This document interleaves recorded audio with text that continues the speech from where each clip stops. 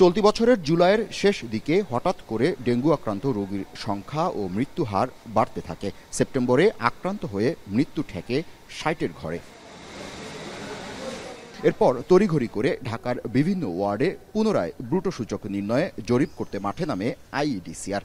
ঢাকার ২ সিটির ৩,০০০-এরও বেশি বাড়ি থেকে নমুনা সংগ্রহ করে ৪৬৩টি বাড়িতে এডিস মশার লার্ভার সন্ধান পায় মাঠকর্মীরা। এ হিসেবে সংস্থাটি জানায় রাজধানীর ১৪.৭১% বাড়িতে এডিস মশার অস্তিত্ব রয়েছে, যার ছাপ পড়েছে রাজধানীর হাসপাতালগুলোর উপর। বিভিন্ন জেলা থেকে ডেঙ্গু আক্রান্ত রোগী আসায় বেড়েছে চাপ। ছিটানো হয় কয়েকদিন পর পরে আসে, বাট আমার মনে হয় না এটাতে কিছু হয়।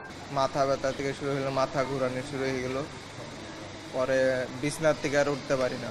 ডেঙ্গু রোগের ক্ষেত্রে নাপা, ওরসালাইন, তারপর হচ্ছে গ্যাস্ট্রিকের ওষুধ এগুলো বেশি যাচ্ছে।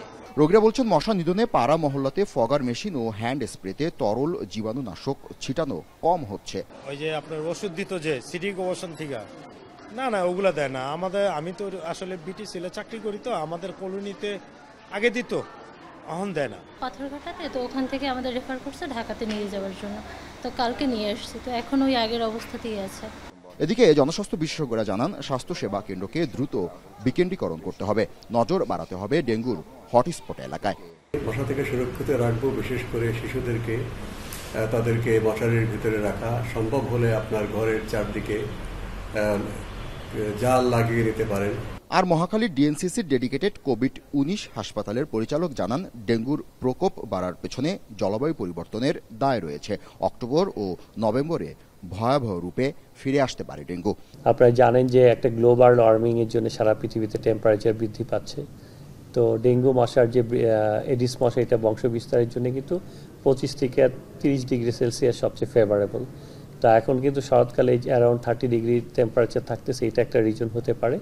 আর humidity is another factor. Humidity সাধারণত 70 to 100%-এর মধ্যে থাকলে ব্রিদিংটা সবচেয়ে বেশি হয়। চলতি বছর ডেঙ্গুতে আক্রান্তের হার 40,000 ছাড়িয়েছে এবং মৃত্যু হয়েছে 191 জনের।